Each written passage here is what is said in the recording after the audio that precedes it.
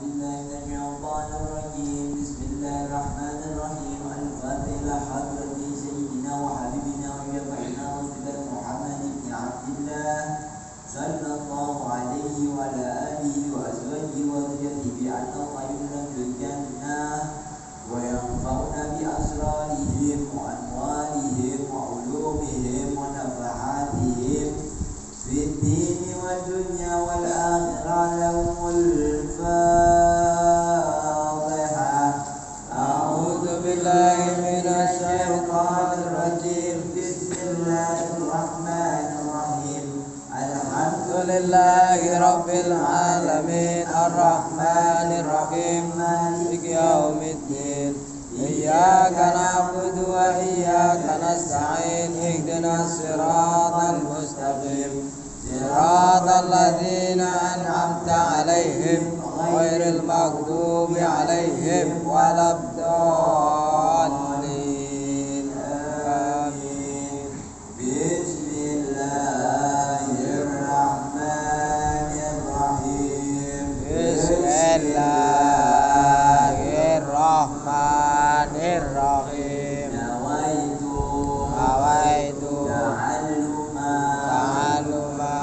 تعليما وتذكرا وتذكيرا والنفع والانتفاع والإفادة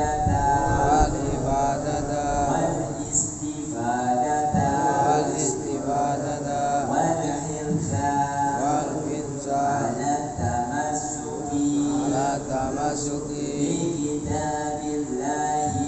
بكتاب الله وسنة رسول الله صلى الله عليه وسلم والدعاء إلى الهدى والدلالة على الخير ابتغاء مرضاته وقربه وثوابه وحسن الخاتمة مع اللطف والعافية والصلاح العاقبة. أعوذ بالله من الشيطان الرجيم بسم الله الرحمن الرحيم رب اشرح لي صدري ويسر لي أمري واحلل عقدة من لساني يفقهوا قولي ربي زدني علما وارزقني فهما آمين آمين يا رب العالمين. وقال المؤلف الكتاب رحمه الله تعالى نفعنا به وبعلومه بالدارين آمين. بسم الله الرحمن الرحيم إلى أن يقال وأنه تعالى بعث سيدنا محمد عبده ورسوله. الحمد لله الذي قوي سلطانه الواضح برهانه المقصود بالوجود كرمه وإحسانه تعالى من وعظم شانه خلق الخلق لحكمة وطوى عليها علمه وبسط له من فائد المنة ما جرت به في أقداره القسمة. Alhamdulillah, puja dan puji syukur kehadirat Allah Subhanahu wa Ta'ala, karena pada malam hari ini kita masih diberikan kenikmatan yang besar oleh Allah berupa sofatul iradah, berupa kemauan di dalam hati kita, tergeraknya hati kita untuk duduk di tempat-tempat yang penuh keberkahannya Allah, di tempat-tempat yang penuh kebaikannya Allah Subhanahu wa Ta'ala. Alhamdulillah, duduknya kita di sini yang pertama adalah dengan niat ta'limul muta'allim, yakni melaksanakan perintahnya Allah Subhanahu wa Ta'ala dengan cara menuntut ilmu, yang mana kita menyadari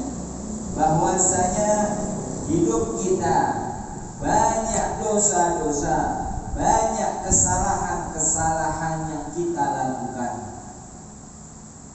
Ketika di hadapan Sang Penguasa alam semesta yakni Allah Subhanahu wa taala, maka kita harus merendahkan diri kita. Kita harus selalu bertawadhu, selalu mengaku kalau diri kita ini banyak salahnya.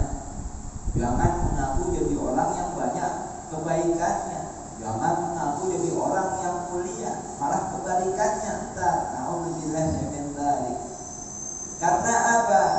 Mau itu kita sadari ataupun tidak kita sadari, mungkin dohir kita masih baik, dohir kita sholat, puasa, amalan, zikir dan lain sebagainya. Tetapi kita nggak tahu batin kita ini sudah benar apa belum. Karena itu mulazamatut taubah, selalu di dalam setiap hari kita harus bertaubat kepada Allah Subhanahu wa ta'ala. Taubat itu bukan tentang ketika kita merasa melaksanakan atau melakukan dosa besar, sudah mulai diazab, disiksa, disakiti, maka kita bertaubat, bukan. Akan tetapi kulla yaumin, setiap hari mustahab disunahkan untuk agar kita selalu bertaubat kepada Allah Subhanahu wa ta'ala. Sebagaimana Rasul sallallahu alaihi wasallam pernah bersabda, "Ya ayyuhan nas tubu ila Allah fa inni atubu fil yaumi ilaihi mi'ati marrah." Wahai kalian manusia, orang-orang yang beriman, bertaubatlah kalian kepada Allah Subhanahu wa ta'ala, karena sesungguhnya diriku itu di dalam setiap hari bertaubat kepada Allah mi'ata marratin, sebanyak 100 kali. Kalau Rasulullah sallallahu alaihi wasallam saja, orang yang dijamin masuk surga, orang yang paling mulia, ciptaan Allah Ta'ala yang paling dicintainya, yang tidak memiliki dosa dan kesalahan, bertaubat kepada Allah sebanyak 100 kali di dalam setiap hari. Bagaimana dengan diri kita yang mungkin tiap detiknya, tiap harinya dosa yang kita perbuat sama nafas yang kita hirup, banyakkan dosa yang kita perbuat. Wallahu a'lam bishawab. Maka lazimkan bertaubat kepada Allah Subhanahu wa ta'ala. Untuk apa? Menghilangkan dosa-dosa kita. Adapun dzanbun yang namanya dosa, ulama mengatakan dosa itu apa? Yang namanya dosa itu ma yalzamul iqab, sesuatu yang melazimkan dengan siksaan. Punya arti apa? Orang yang berdosa pasti dia akan disiksa oleh Allah Subhanahu wa ta'ala. Terus gimana?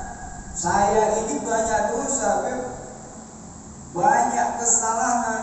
Apakah saya ini bakal disiksa sama Allah? Nah, iya.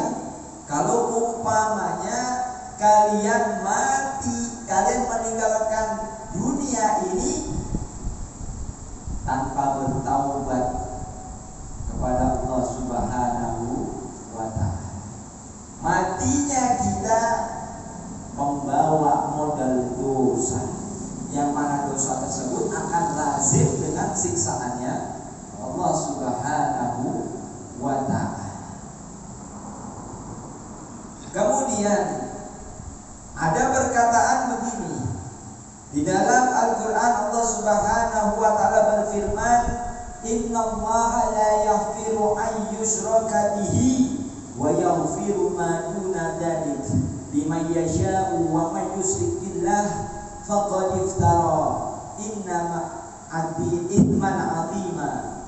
Sesungguhnya Allah Subhanahu wa ta'ala tidak akan mengampuni satu dosa yang namanya dosa syirik, dan Dia mengampuni segala dosa yang selain daripada dosa syirik. Bagi siapa yang dikehendakinya, barang siapa yang mempersekutukan Allah, maka sungguh ia telah berbuat dosa yang besar. Yang memiliki arti apa? Ketika seorang hamba itu bertaubat.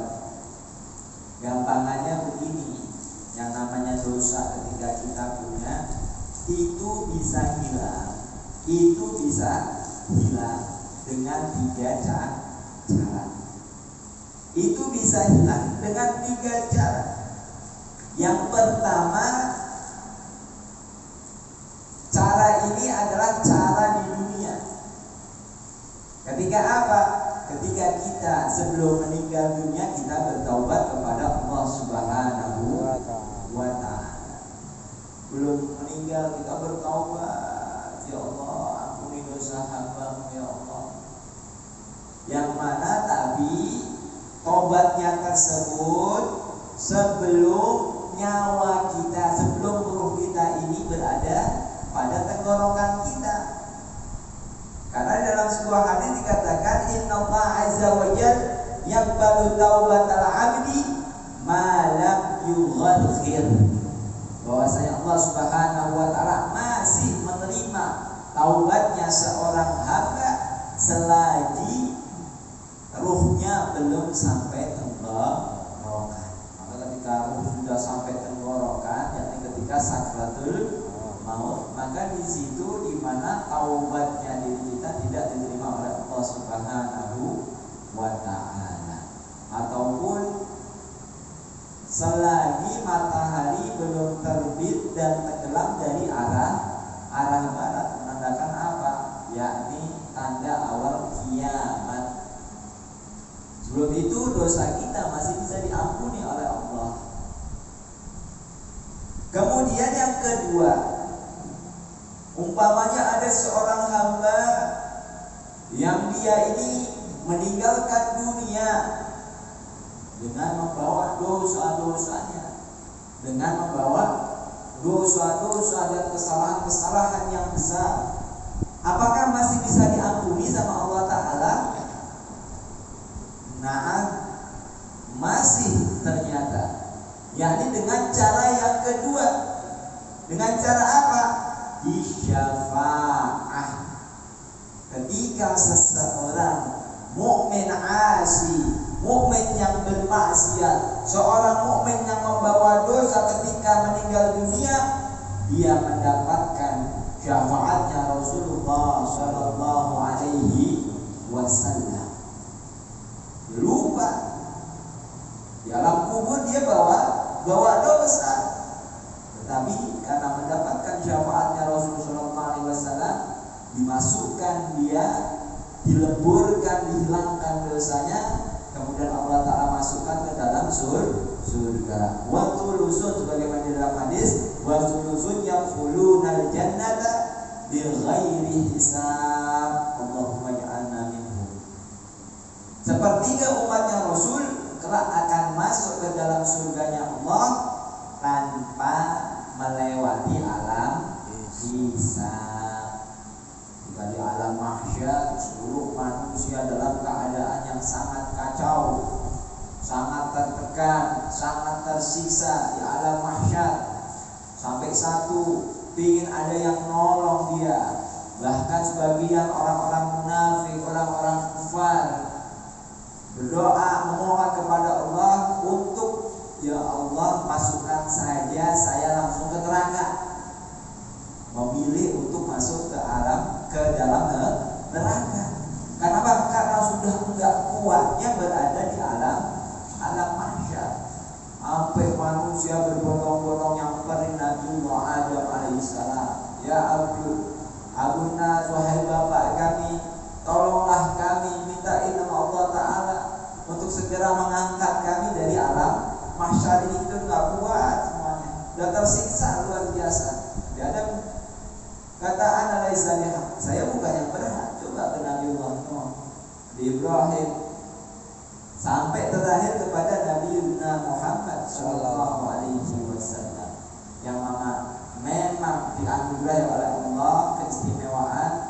yakni diberikan syafaat. Yaitu bisyafa'ah, dengan syafaat tersebut seorang hamba yang berdosa yang aslinya dia ini masuk ke dalam neraka, tapi karena mendapatkan syafaat seorang hamba tersebut dimasukkan ke dalam surganya Allah Subhanahu wa ta'ala. Siapa yang akan mendapatkan syafaat? Yakni manturi, orang-orang yang menghendakinya, orang-orang yang mau, kata Rasulullah sallallahu alaihi wasallam. Tentunya orang-orang yang mau adalah orang-orang yang mencintai Rasulullah sallallahu alaihi wasallam. Dalam hadis, la yu'minu ahadukum hatta akuna ahabba ilaihi min walidihi wa waladihi wan nasi ajma'in. Belumlah sempurna keimanan di antara kalian semua sebelum aku, kata Rasulullah SAW, lebih engkau cintai dibandingkan daripada orang tuamu, anak-anakmu, bahkan seluruh manusia di muka bumi ini. Al-Qur'an mengatakan wal ma'lu, begitupun dengan harta ataupun kekuasaan kita. Makanya kita mencintai harta kita, mencintai kedudukan kita. Coba kita tanya dengan harta kita, wahai harta, engkau bisa nggak nolong aku entar di yaumil mahsyar? Bisa nggak nih harta kita menolong kita di alam mahsyar? Nggak bisa. Kali tinggal kekuasaan yang kita bangga-banggakan, kenalan yang kita bangga-banggakan, saya punya kenalan ini, kenalan itu, kenalan ini, kenalan. Coba tanya dengan kekuasaan tersebut, bisa nggak nolong dia ketika di alam mahsyar? Nggak bisa. Maka dari itu hadapkanlah hati kita untuk dipenuhi rasa mahabbah, rasa cinta kepada Rasulullah SAW. Karena apa? Kalau kita mau mengandalkan taubatnya kita, ya kita ngaku taubatnya kita pun masih cangkang. Taubatnya kita aja ini masih cuma cangkangnya doang. Dibandingkan dosa yang kita perbuat sama taubat yang kita lakukan, mungkin gak seimbang. Taubat dosanya berapa, banyaknya taubatnya berapa, mungkin gak seimbang. Maka dari itu kita mengandalkan taubatnya kita, jangan jadi golongan orang-orang yang tertipu. Wah, yang penting saya udah taubat, saya pasti masuk surga, pakai mastiin. Bukan udah diampuni dosa saya kalau taubat. Ya taubat kamu, akuin juga taubat kamu belum benar. Taubat yang benar itu apa? Orang-orang soleh, para wali-walinya Allah Subhanahu wa ta'ala. Taubat yang mereka benar-benar taubat. Tak kita hari ini taubat, minggu depan diulangin lagi, taubat lagi, ulangin lagi, taubat lagi, ulangin. Taubat sambel namanya. Taubatnya aja masih belum benar. Maka mau mengandalkan taubat kita, was-was kitanya. Nah, kita bisa andalkan apa? Mendapat syafaatnya Rasulullah SAW. Semoga kita semua yang duduk di tempat ini adalah golongan orang-orang yang telah akan mendapatkan syafaatnya Rasulullah SAW. Bijahi mahabbatihi, karena keagungan daripada rasa cinta kita kepada Rasulullah SAW. Amin amin ya rabbal alamin. Kemudian itu cara yang kedua, Allah Ta'ala menggugurkan, mengampuni, membersihkan dosa hambanya. Yang pertama tadi dengan cara apa? Bertaubat. Kedua, mendapat syafaat. Dan yang ketiga yang gak kita pengen, jangan sampai apa? Digugurkan, disucikan seorang hamba dari dosa-dosanya dengan cara bila iqab, disiksa di dalam api neraka. Na'udzubillahi min dzalik.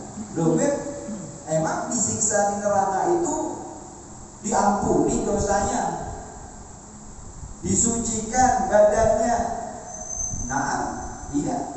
Sebab yang namanya seorang mukmin, selama dia tergolong seorang yang beriman kepada Allah, beriman kepada Rasulullah Sallallahu Alaihi Wasallam. Ketika mukmin asli, seorang mukmin yang bermaksiat dimasukkan ke dalam neraka, maka nerakanya bukan neraka yang kekal selama-lamanya. Dia akan dihukum sesuai dengan perbuatan dan dosa yang dia lakukan. Wahmanya naudzubillah min dzalik fi fulan neraka 7 juta tahun. 7 juta tahun ya Allah, satu hari neraka aja udah kayak 1000 tahun di sini. Siksa luar biasa. Tapi yang namanya zaman istimror, walaupun itu 7 juta tahun, tapi naudzubillah min dzalik, jangan sampai kita di gambaran doang. Ada habisnya enggak 7 juta tahun itu? Ya. Ada habisnya enggak? Ada ujungnya enggak? Ya. Ada. Ketika dia sudah menjalani siksaannya, masalah contoh 7 juta tahun di dalam api neraka, setelah 7 juta tahun disiksa, keadaan dia ngapain? Keadaan dia kemana?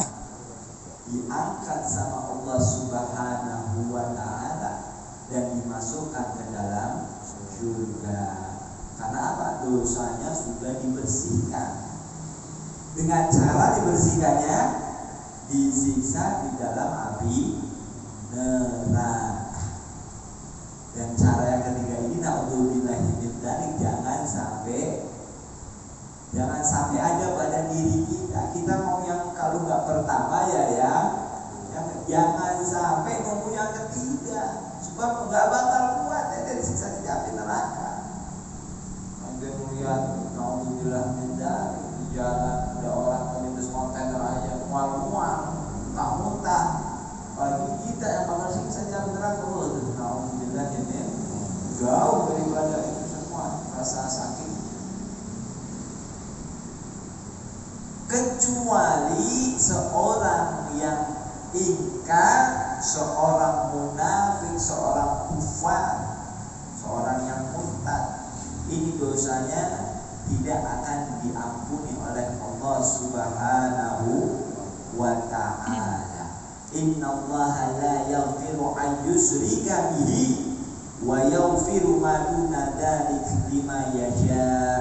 Allah Ta'ala tidak akan mengampuni kesalahan seorang hamba, dosa seorang hamba, yakni kalau dosanya itu dia menyekutukan Allah, dosanya itu dia dosa syirik, dosanya dosa kekafiran, dosanya dosa kemunafikan, maka keadaan dia selama-lamanya akan kekal di dalam api neraka. Na'udzubillahi min dzalik.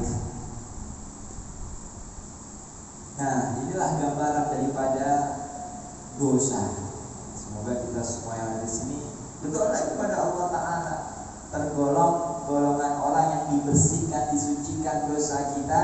Kalau enggak dengan cara bertaubat, ya Allah, dengan cara diberikan syafaatnya Rasulullah SAW. Amin amin ya rabbal alamin. Nah, kita lanjutkan. Wa annahu ta'ala ba'atha sayyidina Muhammad. Poin-poin keimanan yang lainnya, bahwa sesungguhnya Allah Subhanahu wa ta'ala mengutus Nabi Muhammad sallallahu alaihi wasallam, abdahu, menjadi hambanya, wa rasulahu, dan juga utusannya. Wa huwa afdalu asma'i sallallahu alaihi wa alihi wasallam. Nama Muhammad adalah nama yang terbaik daripada namanya Rasul sallallahu alaihi wasallam. Namanya Nabi itu banyak, ada 200 sekian masalah. Di antaranya Toha, itu pun namanya Nabi Muhammad. Yasin itu pun namanya Nabi Muhammad. Mustafa, Murtadha, dan lain sebagainya. Tetapi dari keseluruhan namanya Rasulullah SAW, yang paling bagus, yang paling utama adalah nama Muhammadun. Itu nama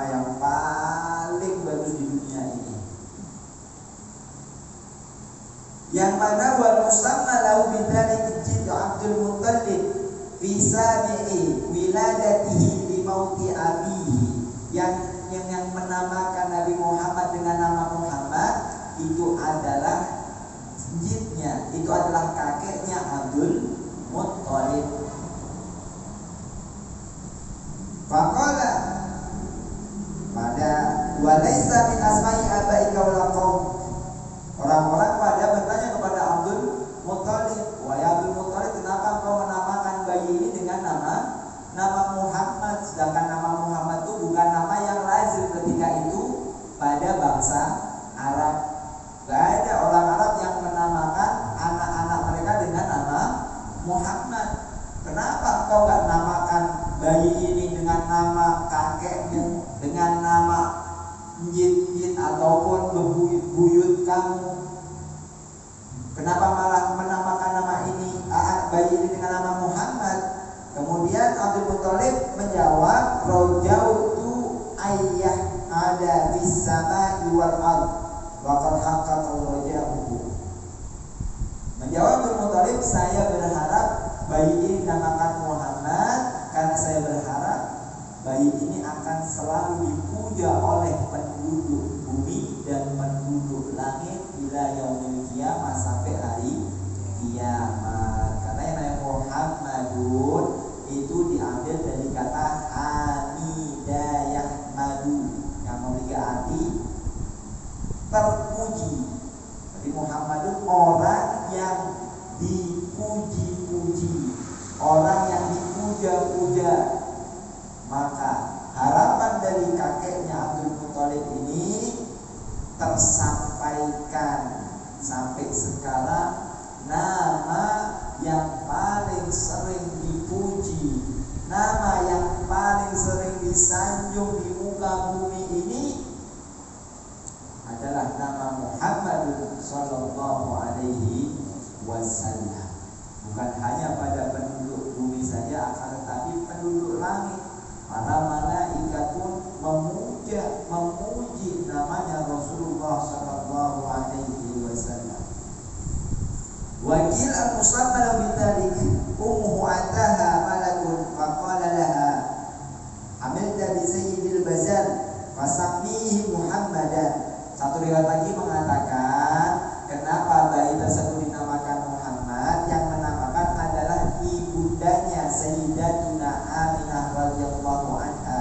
Karena ketika ibunda Nabi ini mengandung, kemudian ada datang seorang malaikat yang memberitahukan kepada ibunda Nabi bahwasanya engkau mengandung Sayyidul Bashar, pemimpinnya para manusia. Maka namakanlah bayi tersebut dengan nama Muhammad. Wulida bi Makkah al-Mukarramah fi amil fil fi syahri Rabiul Awwal. Yang mana Muhammad sallallahu alaihi wasallam ini dilahirkan di kota Mekah setelah daripada kejadian penyerangan pasukan Gajah Raja Abraha ke kota Makkah demi misi menghancurkan Ka'bah. Karena Raja Abraha ini merasa kalau Ka'bah dihancurkan, kemudian dia mau bikin Ka'bah itu berbeda di wilayah kerajaan dia, karena mendatangkan aset yang luar biasa. Sampai sekarang contoh gambaran kecil di negara Arab Saudi itu APBN negaranya, pendapatan terbesar negaranya dari mana? Minyak belum ada apa-apanya. Pendapatan terbesar Arab Saudi itu dari kuota haji dan umrah. Bayang, minyak yang bisa memajukan Uni Emirat Arab, yang bisa membuat kemegahan kota-kota besar di atas padang pasir. Luar biasa penghasilannya minyak. Tapi itu minyak itu belum ada apa-apanya dibanding dengan pendapatannya kuota umroh dan juga haji. Menandakan apa? Nilai ekonomi finansialnya luar biasa. Itu gambaran zaman dulu. Sebab apa? Itu Ka'bah yang datang bukan orang sekitar situ saja, akan tapi orang-orang sedunia menjadi magnet untuk datang ke daerah tersebut. Raja Abraha pengen, waduh, Ka'bah ini kalau ada di kerajaan anak tambah makmur, ekonominya tambah besar lalu gitu. Akhirnya ya lihatlah penyerangan pasukan gajah. Nah, ketika penyerangan tersebut kelihatan daripada fadhailiyahnya bangsa Quraisy. Fadhailiyah keutamaannya bangsa Quraisy. Di situ pemimpinnya adalah kakeknya Nabi, yakni Sayyidina Abdul Muttalib. Ketika itu Raja Abraham mau masuk kota Mekah, menawan hewan-hewan ternak yang berada di sekitar Mekah. Salah satu hewan yang ditawan sama pasukan Abraha ini adalah hewannya Abdul Muttalib.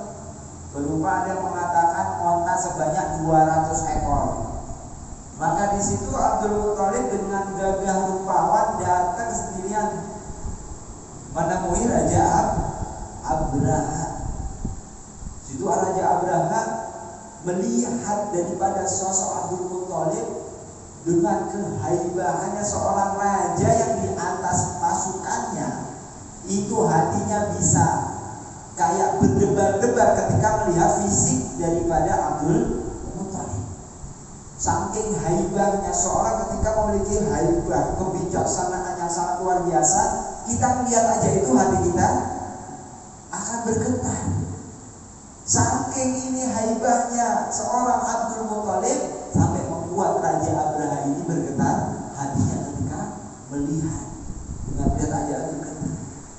Padahal Raja Abraha pasukannya sudah siap semua, berada di atas awan-awan lah bahasanya. Melihat daripada Abdul Muttalib hatinya getar. Yang mana akhirnya Abdul Muttalib singkat cerita meminta Raja Abraha untuk mengembalikan ternaknya.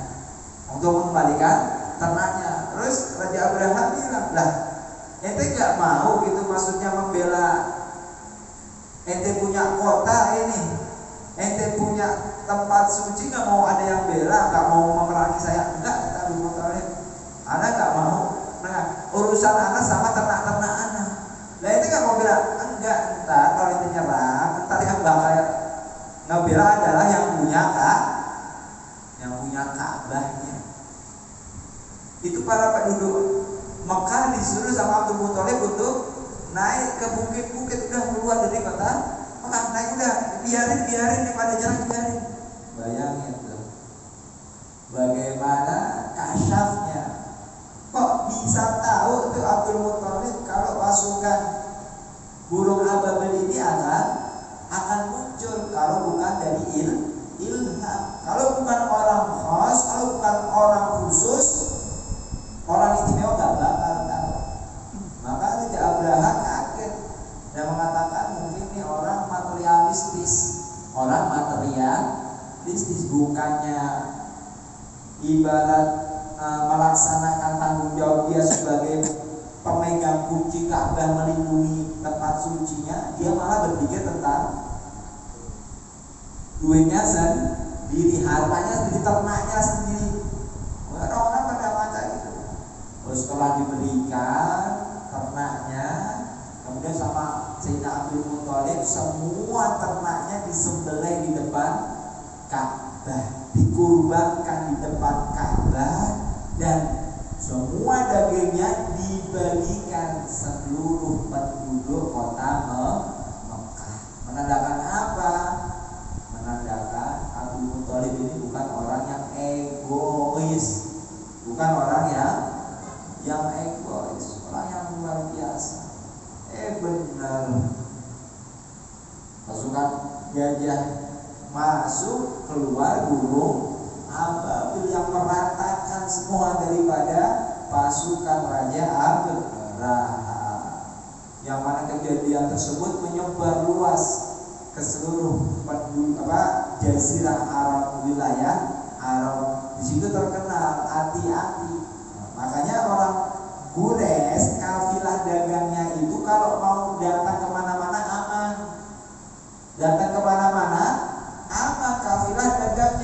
dulu itu kafilah dagang itu rombongan dagang. Jadi di wilayah ini kita membuat apa yang mau dijual kemudian dimasukkan ke kafilah dagang yang diperdagangkan di wilayah inilah. Kalau kata kita mah di luar negeri bahasanya. Itu kafilah dagang itu paling riskan, padahal bisa aja dirampok di tengah perjalanan. Bisa aja kalau ketemu pasukan yang mau berperang bisa dijarahin, bahasanya ditawan semuanya. Kalau umpamanya ketemu sama pemerintah yang dolim, kafilah tersebut bakal didolimi. Tetapi kafilah dagangnya bangsa Quraisy itu nggak ada yang berani nyentuh. Sebab apa? Rumor tersebar setelah kejadian pasukan gajah itu, orang Quraisy ini punya keistimewaan. Dengan ucapannya aja pasukan gajah yang begitu kuatnya bisa tumbang. Jadi Abdul Muthalib melawan apa? Melawan cuma dengan ucapannya. Hati-hati deh sama orang Quraisy. Orang Quraisy itu ucapannya aja itu bahaya. Ya. Kemudian abduhu wa rasuluhu, insyaallah akan kita lanjutkan lagi pada pertemuan yang akan datang. Sekian saja, kurang lebih yang mohon maaf sebesar-besarnya. Sekali lagi kita berdoa kepada Allah Subhanahu wa taala, semoga niat baik kita, niat saleh kita ini menjadi wasilah daripada diturunkan keberkahannya Allah, maghfirahnya Allah, ampunannya Allah, rahmatnya Allah, dan yang jelas adalah ridhonya Allah Subhanahu wa taala, sehingga apa yang kita usahakan, apa yang kita upayakan, apa yang kita inginkan, segalanya dikabulkan hajatnya oleh Allah Subhanahu wa taala, diluruskan cita-citanya, diluruskan segala harapan-harapan kita, dimudahkan segala macam urusan kita, baik urusan di dunia kita maupun urusan di akhirat kita. Bijahi Rasulullah sallallahu alaihi wasallam, sirril Fatihah. A'udzu billahi minasyaitonir rajim. Bismillahirrahmanirrahim. Alhamdulillahi rabbil alamin, arrahmanir rahim, maliki yaumiddin. Iyyaka na'budu wa iyyaka nasta'in. Ihdinas siratal mustaqim, siratal ladzina an'amta 'alaihim ghairil maghdubi 'alaihim waladdallin. Amin. Ya Rabbana i'tarafna bi annana i'tarafna wa annana asrafna 'ala ladha asrafna, fatub 'alaina tawbah taghfir li kulli hawbah wastur lana al-awrati wa amini rohati waghfir li walidina rabbi wa mauludina wal ali wal ihwani wa sa'iril ilali wa kulli mahabba au biratin au sohbah wal muslimina ajma'a min ya rabbi isma' fadlan wa judamanna la bi'tisabi minna bil mustafa rasulina bi kulli suli bil mustafa rasulina bi kulli suli salla wa sallam rabbi alaihi adal habbi wa alihi wa sahbihi dada qasi subi walhamdulillahi fil fadli wa tanahi subhana rabbika rabbil izzati amma yasifun wa salamun alal mursalin walhamdulillahi rabbil alamin.